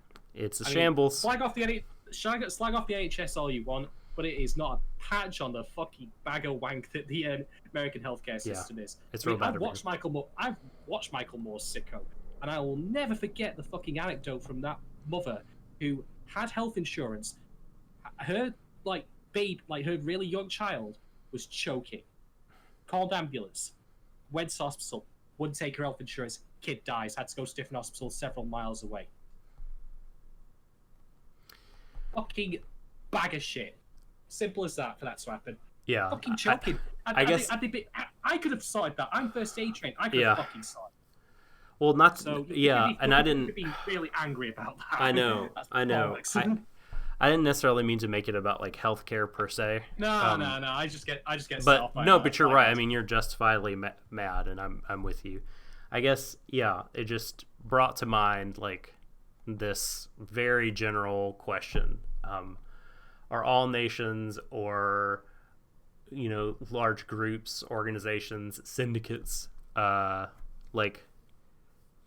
is there a necessary sort of dirty underbelly to support all the good things that happen? I'd like to think not, but clearly the Lee organization has embraced what they believe is true about reality and their own organization. They are criminal. Yeah, that's true. So, but but not. There is one thing I want to add, by the way, actually, about William that just came to mind when you were talking about it before. So, he mentioned specifically that to Shaw, you thought there were only 6 Lee brothers. Well, there's actually 7, with I being the 7th. So here's the thing, right? Mm-hmm. That's, to me, reads as a public perception. Like, people who know the Lee family think there are 6. Mm-hmm. And again, let's think about the duality element here of Lutwing's character that's been established thus far, and in relation also to the shitty parents thing. Mm-hmm. Imagine, like, if you were a child raised in this family as a criminal, and yet you still couldn't lead a normal life. Because clearly he's not allowed to, in public, be recognized as a member of the family. He's already been living under this fake persona, for example. Yeah. There is no public for him. I don't think he can come out during the day. No, there is no public for him. So I'm going to keep that in mind as we go along and he sees others interacting, because remember that enviousness? Where those... I mean, maybe he wasn't even necessarily envious in the fact that he himself is homosexual. Maybe it's just, that I want to have that kind of, friendship, so not all that kind of relationship where I could be like, buddy buds. Oh, well, let me just stop you right there and say, Dollars to Donuts, Yulung is absolutely gay. I'm gonna lean very strongly towards that being true as well. But I'm just saying that maybe, like, whatever way you read it, it still comes across to me like, that he's now had kind of like, a hint of, maybe I don't have to deal with this.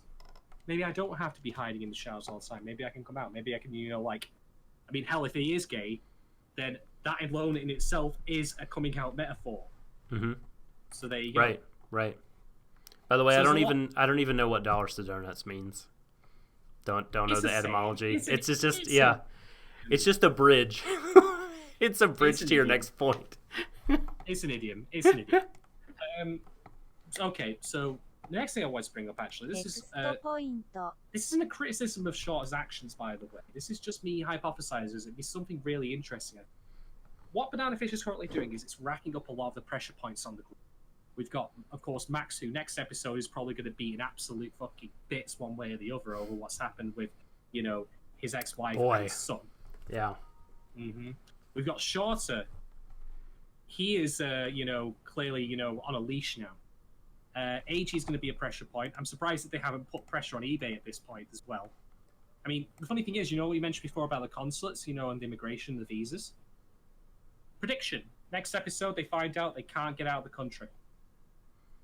They'll be stopped at the airports. Yeah, I mean, I thought that was what the kidnapping of AG was meant to do, is to stop them leaving. But, because surely eBay won't leave without him. But maybe before he's kidnapped, they'll try to leave, and then they won't be able to. But who can say? Who can say? We will see. The point I wanted to make, though, was that Shorter, I reckon, actually, or rather what I'd like to see, is that he should tell Ash. Now, hear me out. This sounds like a suicidal course of action, but roll me on this.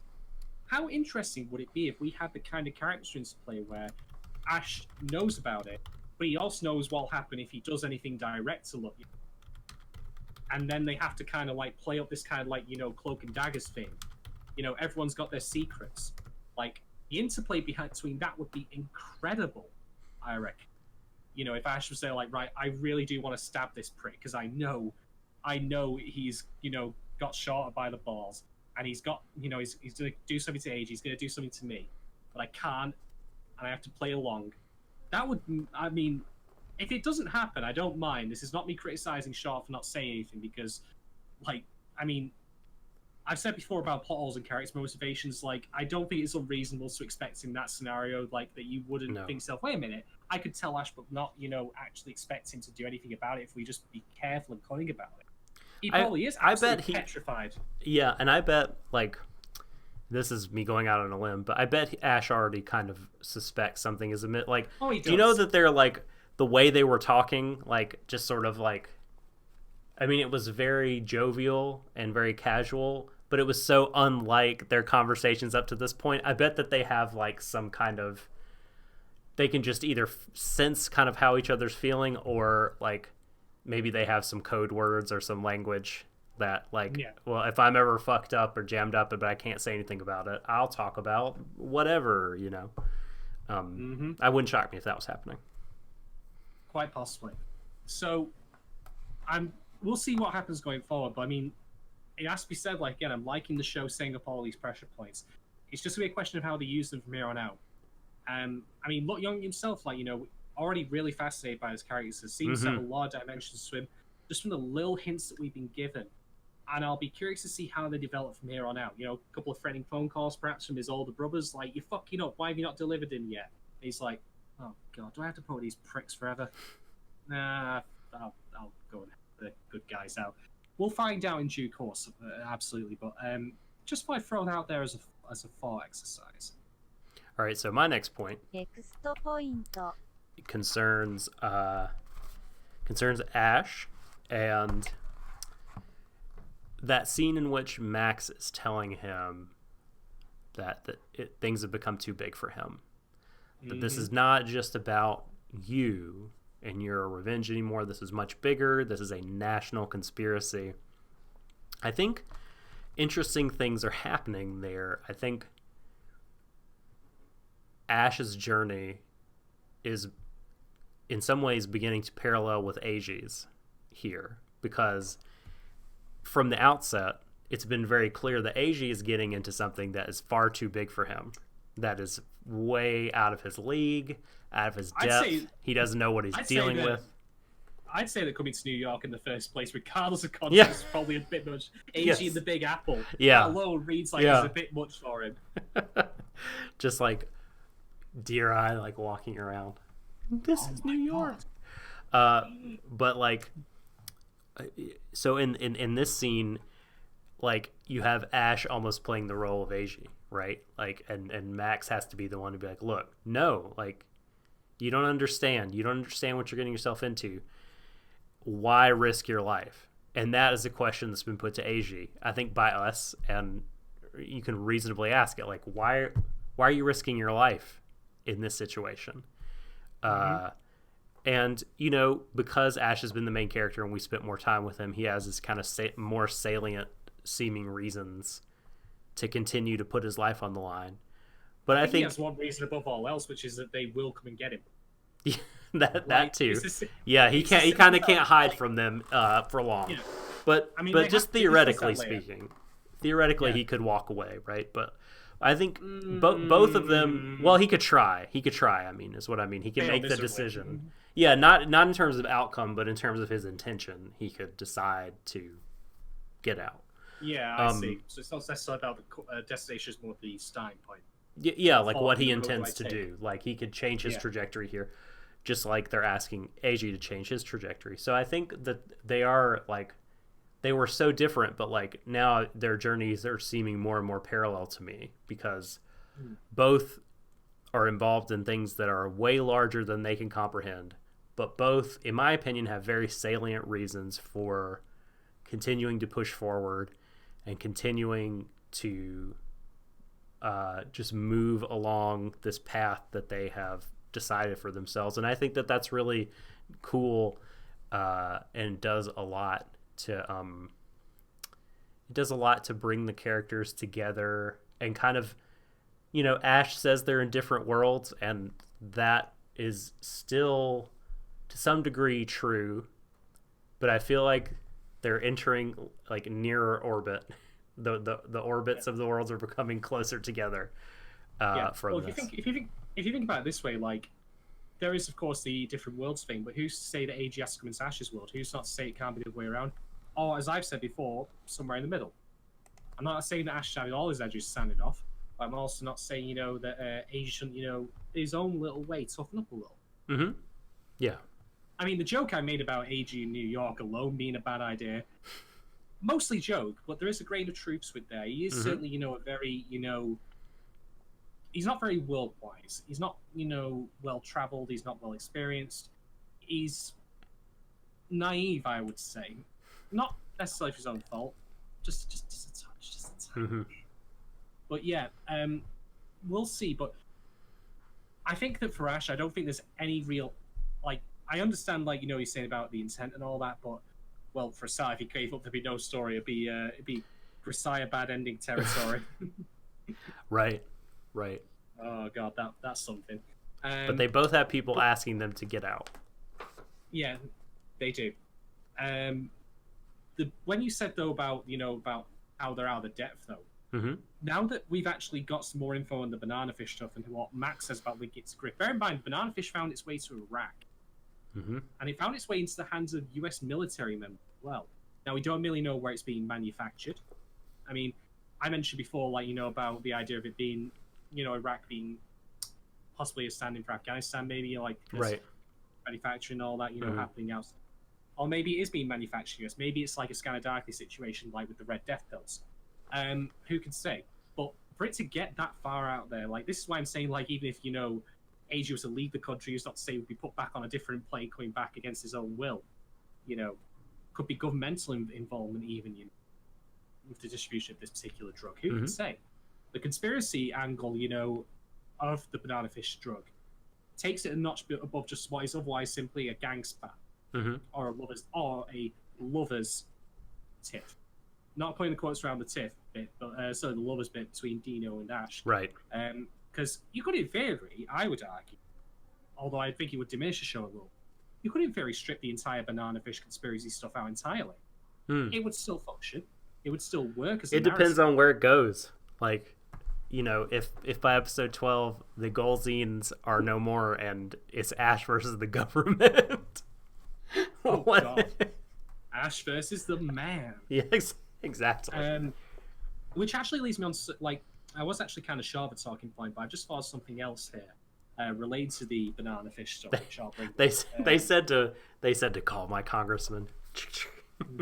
Well, I've come calling, pal.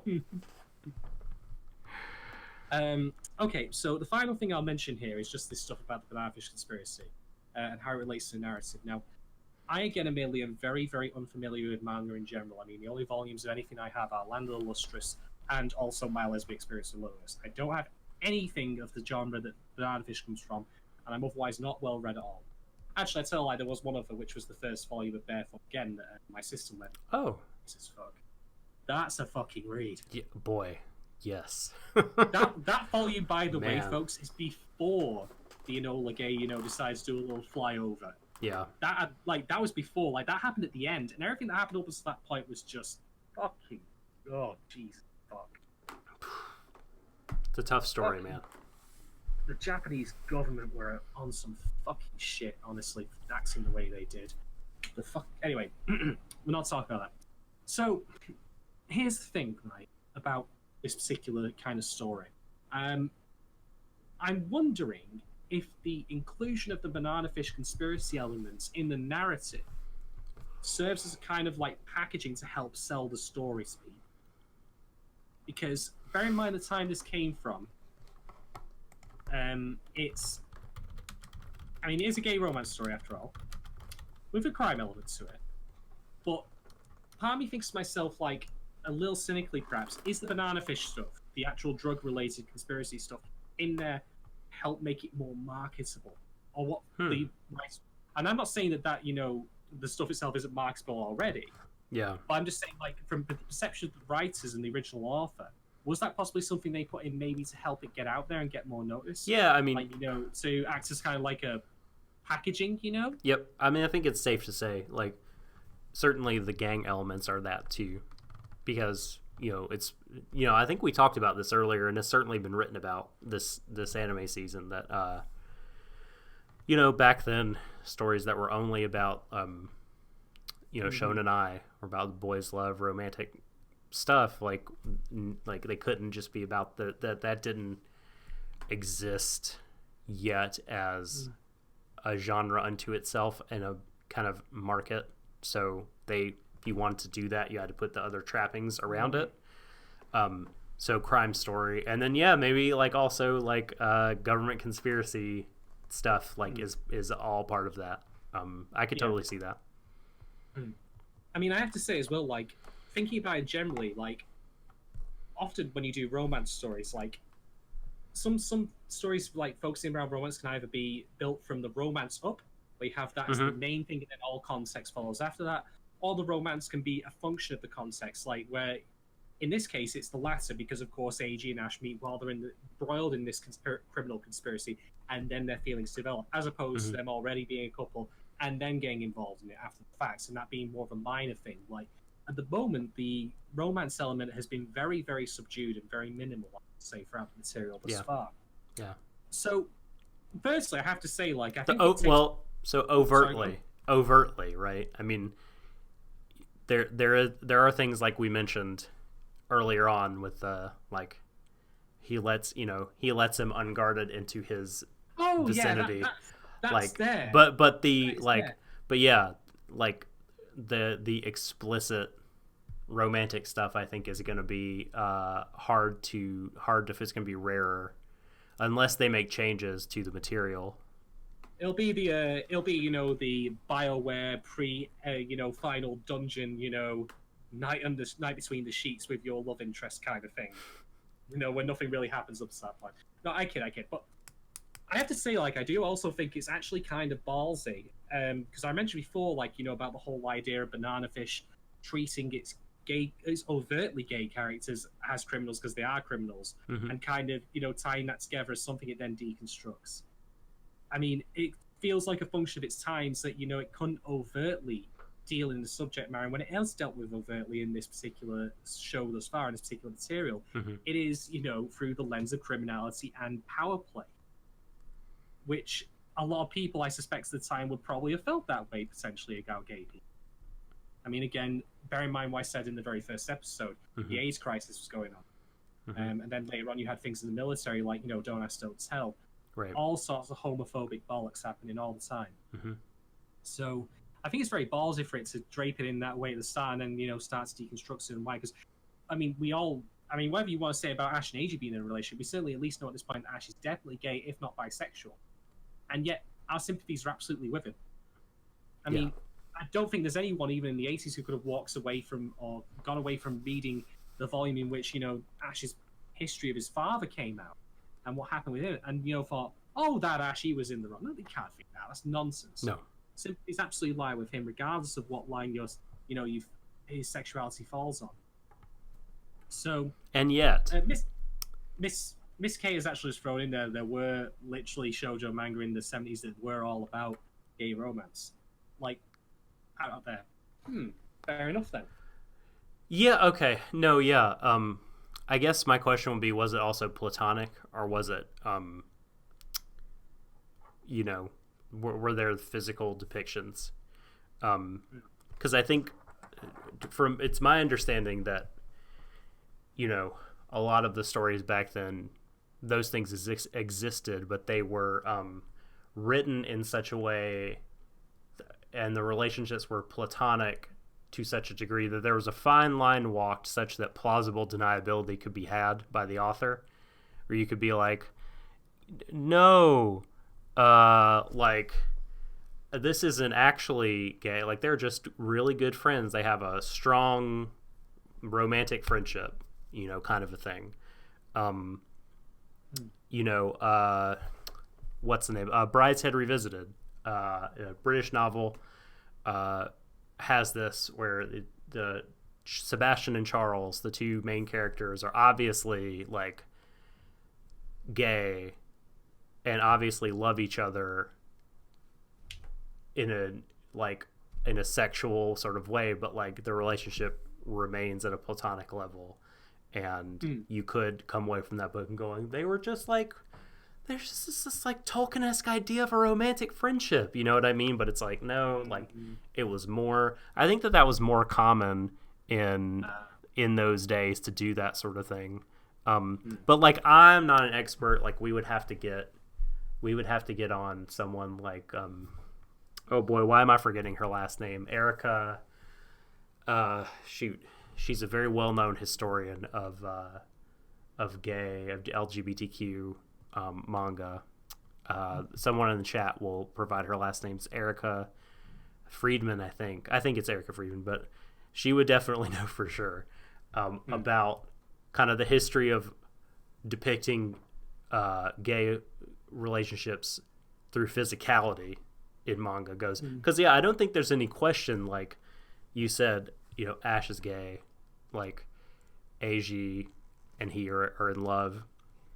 But like, my next talking point was gonna be that, how do I put this? So there's a scene in which, oh wait, I have to do the sounder. Okay, next point. There's a scene in which Eiji is being told to go away by Ash, and he is saying, how grateful he is for him there, and you're the first person to ever, show me agendaless, pure kindness. Everyone else always wanted something from me, like sex. He says like sexu, and I feel like, boy, and we've touched on this before. This is, I think, I'm going to try to tread carefully here. It's my contention, and I can be talked out of this, that this is an instance of this being a story from 30 years ago, that gay sex, like the physicality, that the bodily notion of it is sort of like shade is thrown on it. Like, they always wanted, like, it's always the bad guys, always the people that want to use me, that want sex. Sex is over here. But what you and I seem to have is kind of the spiritual love connection, the platonic love connection that doesn't need, it's pure, it doesn't need that. And I mean, I don't think that there's necessarily anything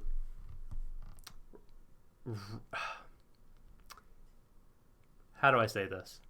I can see how, if you're a member of the LGBTQ community, like being annoyed by that, you know, being like, why can't it be both? Like, why do we have to, as you say, like, I think you've pointed out before, like vilify all the, you know, people that want to engage in sex acts that are gay, and have as like the good pure boys who don't over here. And again, I know that this is not stated outright by the author or in the manga, but I think this is the kind of how things are playing out. This is the coding. Again, educate me here if I'm wrong. And this is not something I like am holding against the story. I'm not, because it is a 30-year-old story. Like, I understand that authors were working under different limitations and constraints back then. I just thought it was worth pointing out. Yeah. Well, I have two things to say in response to that. The first thing is, again, that I've said this like with stuff before, like where people are unhappy with, like, you know, Ragyu's depiction, Kill the Killers being bisexual. Right. I think that again, speaking as a cishet man here, so I apologize if I'm out of place here or out of touch with this, but I think the context is key. In the context of this. Okay, so, Manglorian talks about the French kiss. Like, the only one that's happened so far, right, was to Ash was using to put the pill in Eiji's mouth or whatever, right, to get the message to him. So again, there's a plausible deniability element. Like, you could write it off as like, oh, it's not like that was there, like, just to as a way to, it was a like, means to end. To like communicate outside of prison. You know what I mean? Yeah, means to end. Yes. Mm-hmm. Well, in the case of like what's happening here, again, the context I think is very important. Ash's, like, you know, entire experience with physicality in terms of, like, you know, intimacy has always been, you know, one of abuse, one in which he has very much been, you know, the one, the receiving end, be it from, you know, the baseball coach or Dino or whoever else. It's not something he's ever had his own terms factored into. Like, you know, he's never had a part in that decision, you know, like how it plays out. He's always been a possession. So I think that if you know, he is reluctant or hesitant or unwilling to, like, be intimate with Eiji, there's plenty of reasoning why. Like, it's not something, I mean, there's that difference between, you know, what you say in your head, like, oh, I know Eiji's nothing like those people, versus what your body feels, what you're trained to. Like, there are many behaviors that I've done in my lifetime and still do these days, which I know intellectually in my head are completely wrong or pointless, but I still do them anyway. I mean, I bite my nails, for example. I know that's a stupid fucking thing to do. Can't stop it, though. It's something ingrained into my being because I've been doing it since I was a kid. So I think that context is key in this, but I understand, like, you know, that also the second point to make is that this is one of the things about adapting material like this. I mean, we've seen adaptational touches thus far in terms of, like, you know, Banana Fish updating its technology, the USB pen drive, the GPS, you know, the Windows XP computer. I mean, cell phones, etc. One of the things that it is not. I mean, I'm again speaking as a cishet man here. Can't really truly appreciate what would be necessary or required to be a satisfying story for LGBT people. So I apologize again if I'm speaking out of turn. But one of the things I don't see adapting or changing is the way in which events play out to be more palpable to modern audiences. The thing about works is that they always have a shelf life.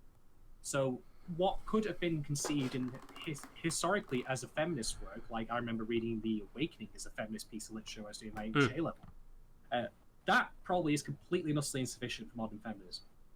And I'm not even saying necessarily it needs to be a stronger, you know, kind of work in that regard. Maybe it was too much, or maybe it's not nuanced enough. Who can say? So what I'm not seeing from Banana Fish, and this is something that I'm going to always have a blind spot on, is how satisfactory it is as a work of LGBTQ plus fiction to people who are LGBTQ plus, because it's not changing those attitudes. It still feels 80s in certain respects with the way it handles things. And I'm wondering if that was a conscious choice by the people doing the adaptation or not, because they currently are making changes to the materials as they go along. but they're more of the mechanical kind of ones, or the period ones, rather than the actual subject. So we'll have to see. I mean, again, I'm not going to pretend that I know absolutely anything about this kind of subject matter. I am completely and utterly blind to this, thing. I'm not going to pretend I can speak on behalf of LGBT plus people. Jesus Christ, that'd be the most stupid fucking thing ever. But I do wonder if people who are LGBT plus who watch Banana Fish, the anime, which is trying to update itself to be more modern, more palatable, might still feel it's still kind of dated in how it handles that. We'll have to see. But I do think that it's not reasonable to say that, like, there are still things that I think are quite reasonably well done, like, people viewing homosexuality as a demonized criminal thing, and then we get the other side of it where we see, quite rightly, that there are genuinely good people there. Ash, for example, who's just caught in a bad lot, who deserves his chance to express himself and his sexuality with someone in a healthy, normal way. I mean, like I've said before, being normal, there's two different kinds of being normal. You can be normal, which is to be plain, boring, ordinary, you're a vanilla kind of person. But then there's a different kind of normality, which is that you lead a normal kind of life. One that's, one where you get to, be happy. That's really all it boils down to. He's not had a chance to do that just yet. So I'm hoping that we'll see that comes to fruition as the show goes along, but I am going to be very curious to hear from people who can rightly talk about it from, their own experience and their own sexuality. If it is, not up to snuff in terms of that's not something I can comment. But I'll be certainly interested to hear what people make. I certainly am interested now to look into Heart of Thomas and Kaze to Ki no Uta, and see, apparently, so Miss K's brought these up in chat as examples of manga with LGBTQ characters that are old, and so yeah, I mean, I want to, like, I don't want to be like painting like a false narrative. I'm just mainly talking about things that I've read in my own observation, but yeah, I'm definitely willing to be proved wrong about, like,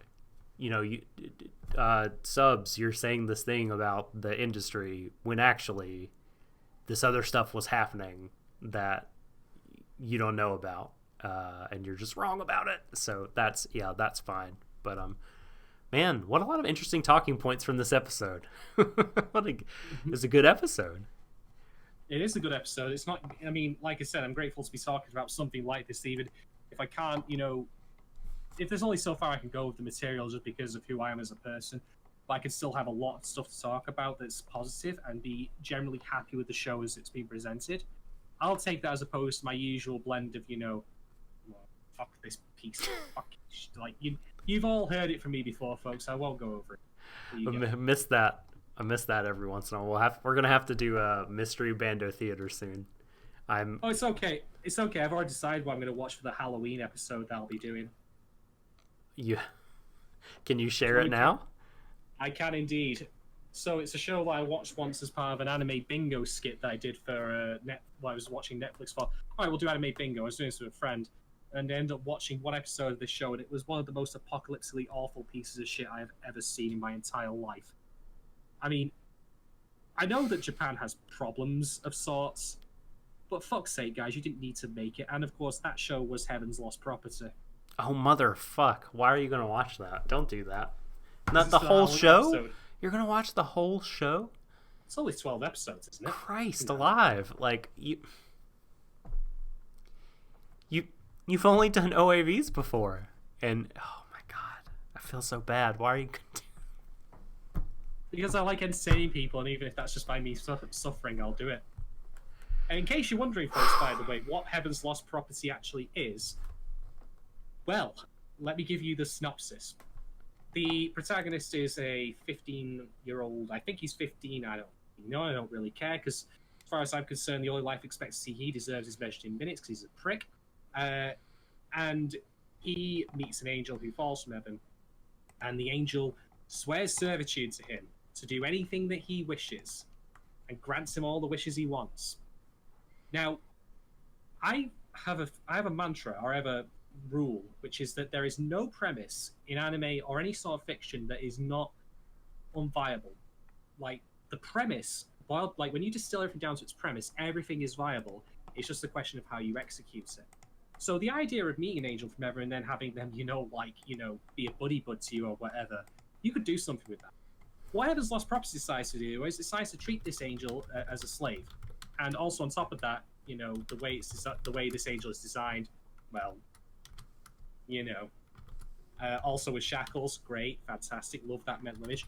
Oh, and in case you're thinking to yourself, oh, Shaz is just over exaggerating about, the awfulness of its protagonist, the first thing we see him doing is that he wakes up, he has morning glory. What does he decide to do with it? Shows it to his sister.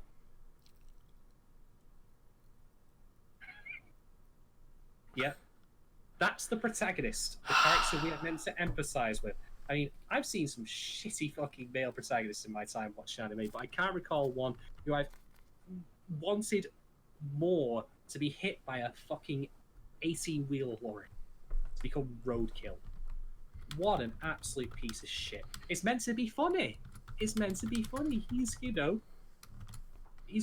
morning glory and he wants to, now that I've actually mentioned it, I just feel like I'm already going to regret filming that, writing and recording that episode. Although to be technical, it's probably not. It's not going to be me actually recording it, but that's a different matter.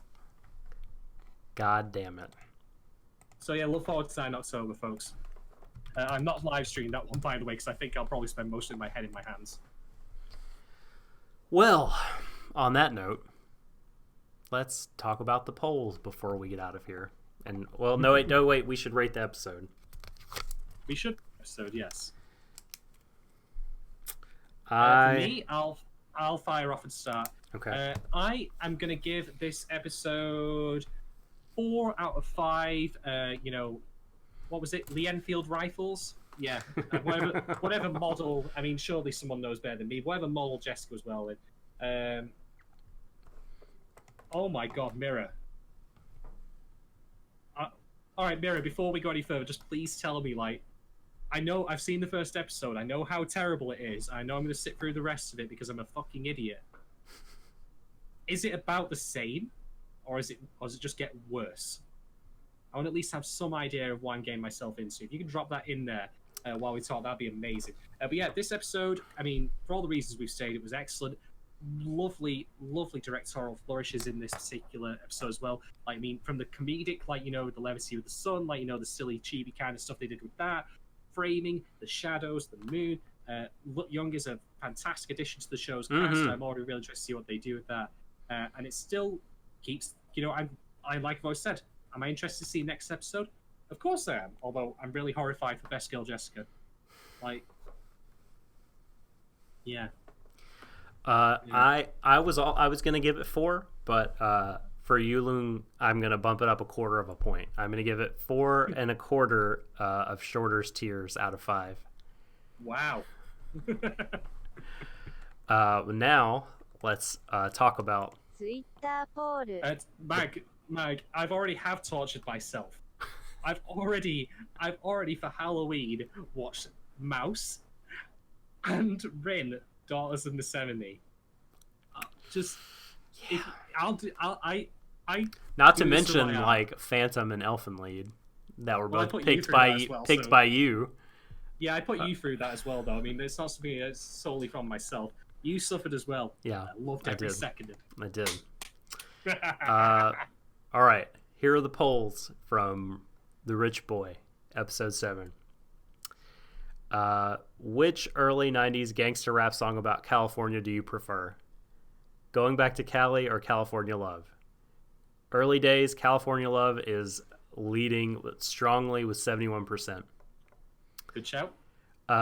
Would you be friends with someone who hasn't seen Airplane? Oh boy, come on. The choices are yes and no. No, with a strong 60% lead.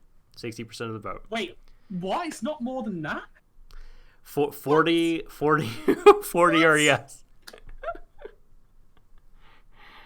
It's okay for you people to be wrong, but Jesus fucking Christ, just examining your life choices. Jesus. And finally, very early days in this poll, I just put it up. Are you, like Yulung, envious of Ash and Eiji? 100% say yeah. 0 votes for nah. It looks like you've had a response in chat about the infamous Heaven's Lost property. Just remember how annoying it was. I'm glad I'm unfamiliar with most of those titles. Yes, you are. Holy shit. At least the ones I've seen that we have mentioned are real fucking bad. Real fucking bad. I'm a terrible person, so I'm not going to lie when it comes to sort of stuff. But like I said, I'm keeping this one contained. It's something I'm going to put on myself. All right. Well, I think we've done it. I think we can put a bow on the rich boy here. We can. So, ladies and gentlemen, Emmys, thank you very much as always for listening to our particular, brand of live stream, bullshit as always. If you like this episode, just want to quickly throw out there that we do have an iTunes and a SoundCloud. If you want to just pop over to there, you can subscribe. You can drop us a rating or a review. That would really help with our discoverability as well. Please just swing by there. That would be really welcome for us. Thank you. As for me, you can find me on Twitter at Shadon1010, and you can also find me on Curious Cat at Curious Cat.me/Shadon. Just as a quick shout out to stuff that I'm doing otherwise, I am currently getting involved in more Guild Gear related stuff. I'll be doing commentary on the Road to Revolution online tournament that's happening in the United Kingdom tomorrow night. It'll be around this time as it happens, funnily enough. Keep an eye on my Twitter for the link. I'll be commentating the grand finals of that particular, the whole set of final top 20. Winner of that actually gets paid entry to Revolution 2018, which is one of the stops on the Arc Revo World Tour that was announced at Evolution. So, yeah, you're going to start hearing more from me about the fine game side of things going forward. And I'm going to be involved in commentating a lot of stuff, so keep an eye out for that. And as for you, Doc, what about you? Where can people find you? Well, you can hit me up at the Subtle Doctor on Twitter. That's about all that I have. As far as, just doing the Warui Deshou business, you can tweet Warui Deshou on Twitter or email at waruideshow@gmail. If you want to talk about Banana Fish, if you want to talk about other anime, if you want to talk about Japanese wrestling, I'm here for you. I'm your man. Haven't you actually now be doing a side podcast or a second podcast? Well, I was. However, due to scheduling issues with my podcast partner, it turns out that has not worked out, and so I'm gonna have to shutter the windows on that particular venture. Man, I'm sorry. I know, no outlet for that right now, but I'll, Twitter is good enough, I guess. Yeah. Talk about the wrestling, please, folks. Do it. Go for it. No, please don't force yourself. It's an acquired taste for sure. So, but yeah, that's it.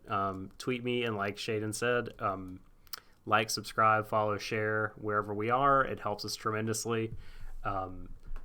It will be very kind if you left us an iTunes review, but even if you don't, thank you for listening and for watching and checking out our content in whatever way that you do.